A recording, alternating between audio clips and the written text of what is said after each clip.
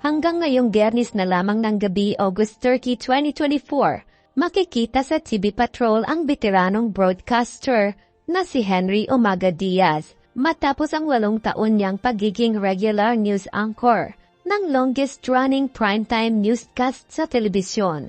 Nagpasya si Henry na iwan ang kanyang trabaho para mag-umpisa ng panibagong buhay sa Canada kasama ang pamilyang nakabase doon.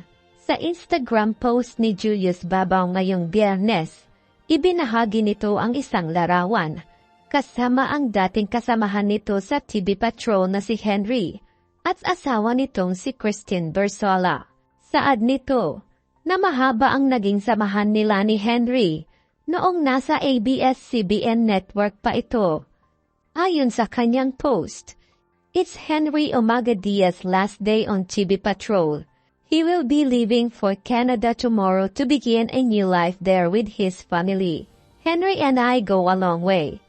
Halos sabay kaming na-assign as police reporter in the 1990s and would often see each other sa mga coverage and gimmick noon, kasama ang namayapang si Mario Dumawal." Nagsimula si Henry sa DZMM bilang Radio Patrol No. 14.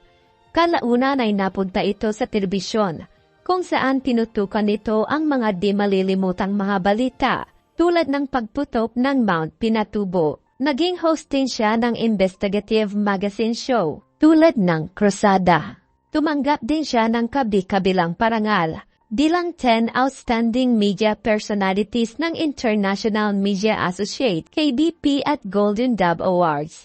Naging bahagi ng TV Patrol si Henry bilang anchor mula 2001 hanggang 2003, kasama sina Corina Sanchez at Aljo Bendijo. Panahon ng pandemya noong 2020 naman, nang muling bumalik si Henry bilang news anchor ng TV Patrol sa ginawang espesyal na report ni Kabayan Noli de Castro.